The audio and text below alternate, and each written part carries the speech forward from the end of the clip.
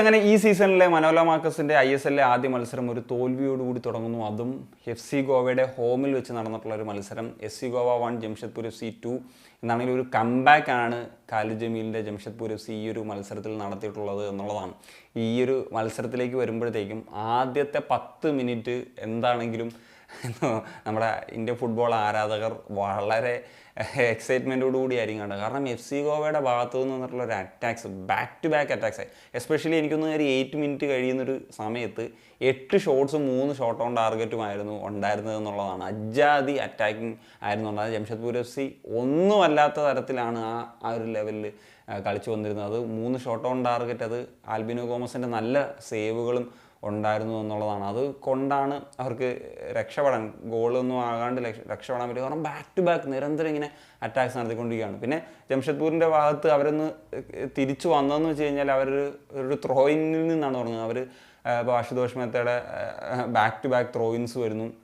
Left സൈഡിൽ നിന്നാണെങ്കിലും ഉവേസിൻ്റെ ഭാഗത്ത് നിന്നാണെങ്കിലും ഇതുപോലെ ബാക്ക് ടു ബാക്ക് ത്രോയിൻസ് വന്ന് ഈ പറഞ്ഞ പോലെ ഗോവയ്ക്ക് ആ ഒരു അറ്റാക്കിംഗ് മൊമെൻറ്റം അവിടെ വെച്ചാണ് ഒന്ന് നഷ്ടപ്പെട്ട് തുടങ്ങിയത്. പിന്നെ ഒരിക്കലും ഒരു ഹൈ ഇൻറ്റൻസിറ്റിയിൽ ഒരു ഫുൾ ടൈം ഒന്നും കളിക്കാൻ പറ്റില്ല. അപ്പോൾ നമുക്ക് പണ്ട് ഇവാൻ്റെ ആദ്യ സീസണിൽ അൽവാരോയും ഡയാസും ലൂണയൊക്കെ ഒന്നിച്ച് കളിക്കുമ്പോഴത്തേക്കും, സഹൽ ഉൾപ്പെടെ ഒന്നിച്ച് കളിക്കുമ്പോഴത്തേക്കും നമുക്ക് പറഞ്ഞ പോലെ ആദ്യത്തെ ചിലപ്പോൾ ഒരു 15 മിനിറ്റ്, പിന്നെ ഹാഫ് ടൈമിന് മുമ്പുള്ള ഒരു 15 മിനിറ്റ്, സെക്കൻഡ് ഹാഫിൽ ചിലപ്പം ഫസ്റ്റ് 15 മിനിറ്റ്, അങ്ങനെ ആ ഒരു ലെവലിൽ മാത്രം ഒരു ഫുൾ അഗ്രഷനിൽ കളിക്കാറുണ്ട്. സോ അത്രയും പ്രസ് ചെയ്തൊക്കെ കളിക്കുന്നൊരു സമയത്തെന്ന് വെച്ച് കഴിഞ്ഞാൽ ആ ഒരു സമയത്ത് മാക്സിമം ഗോൾസ് അടിക്കും. ഒരു 2 ഗോൾസെങ്കിലും മിനിമം അടിച്ചു കഴിഞ്ഞാൽ കാര്യങ്ങളൊക്കെ ഒന്ന് സെക്യൂർഡ് ആക്കാൻ പറ്റും. പക്ഷേ ഗോവയെ സംബന്ധിച്ചിടത്തോളം ഒരു പ്രശ്നം പറ്റിയെന്ന് വെച്ച് കഴിഞ്ഞാൽ ആ മിനിറ്റ്സിൽ അവർക്ക് ഗോൾ അടിക്കാൻ പറ്റിയിട്ടില്ല എന്നുള്ളതാണ്. എന്നാൽ ആദ്യ പകുതി അവസാനത്തെ മിനിറ്റ്സിൽ അല്ലെങ്കിൽ അവസാനത്തെ സെക്കൻഡ്സിൽ അവർക്ക് ഗോൾ വരുന്നുണ്ട്. അത് ഒരു അർമാൻഡോ സാദുക്കിൻ്റെ ഒരു ലോങ് റേഞ്ചറാണ്. അതിൽ സത്യത്തിൽ ആൽബിനോ ഗോമസിൻ്റെ ഒരു മിസ്സുണ്ട്.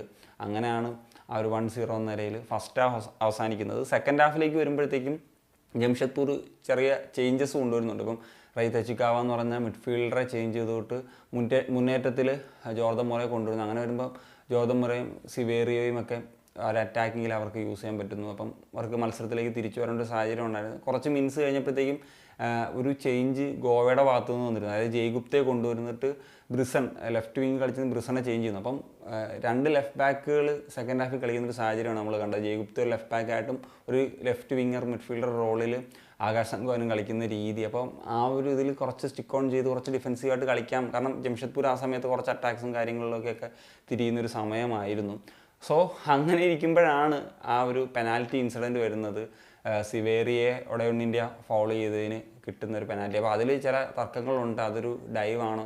സത്യം പറഞ്ഞു കഴിഞ്ഞാൽ അത് ഒരു ഡൈവ് ഉണ്ടോ എന്ന് നമുക്ക് സംശയിക്കേണ്ടിയിരിക്കുന്നു. പക്ഷേ അവിടെ ഒരു പെനാൽറ്റി കൊടുക്കാൻ ഒരു പ്രധാനപ്പെട്ട കാരണമായത് ഈ പറഞ്ഞ ഒടയോണ്ണിൻ്റെ ആ ഒരു താരത്തിൻ്റെ സിവേറിയുടെ ആ ജേഴ്സിയിൽ ജസ്റ്റ് ആ ഒരു ടച്ച് ഉണ്ടായിരുന്നു, പിടിച്ചിട്ടുണ്ടായിരുന്നു ചെറുതായിട്ട്. അപ്പം ആ ഒരു ഇൻസിഡൻറ്റ് അത് സിവേറിയ മുതലാക്കിയാണോ എന്നറിയത്തില്ല. അതൊരു പെനാൽറ്റി വിധിക്കുന്നു. പെനാൽറ്റി സിവേറിയ തന്നെ ഗോളാക്കി 1-1 എന്ന നിലയിലേക്ക് എത്തിക്കുകയും ചെയ്തു എന്നുള്ളതാണ്. സ്റ്റീഫൻ എസ്സയുടെയൊക്കെ ഭാഗത്ത് നിന്ന് സത്യം പറഞ്ഞാൽ വളരെ അഗ്രസീവ്, അത് ഒരു ടാക്ടിക്കൽ പ്ലാനായിട്ട് തന്നെയാണ് കാണുക. കാരണം മിക്കവാറും ഈ സ്റ്റീഫൻ എസ്സെ വന്ന് ഇൻ്റർസെപ്റ്റ് ചെയ്തിട്ട് ഒരു ബോൾ വിങ്ങിലോട്ടോ മറ്റോ ഡിസ്ട്രിബ്യൂട്ട് ചെയ്തിട്ട് അദ്ദേഹം ഒരു റണ്ണ് നടത്തും.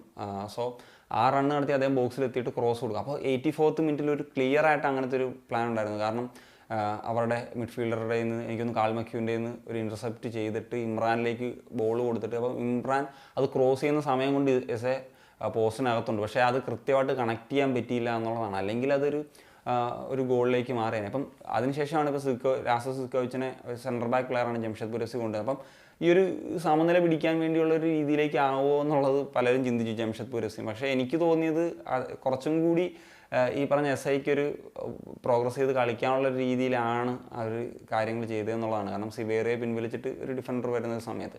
സോ അങ്ങനെ ഇരിക്കുകയാണ് ജോർദൻ മൊറയുടെ ഒരു brilliant shot, long ranger shot വരുന്നതും അതൊരു പോസ്റ്റിൽ തട്ടി അടുത്ത ഒരു ഗോൾ ആയി മാറുകയും ചെയ്യുന്നത് എന്നുള്ളതാണ്. ഒരു ഗോൾ കീപ്പർക്കും ഭയങ്കര അസാധ്യമായിട്ടുള്ളൊരു ഷോട്ട് തന്നെയാണ്.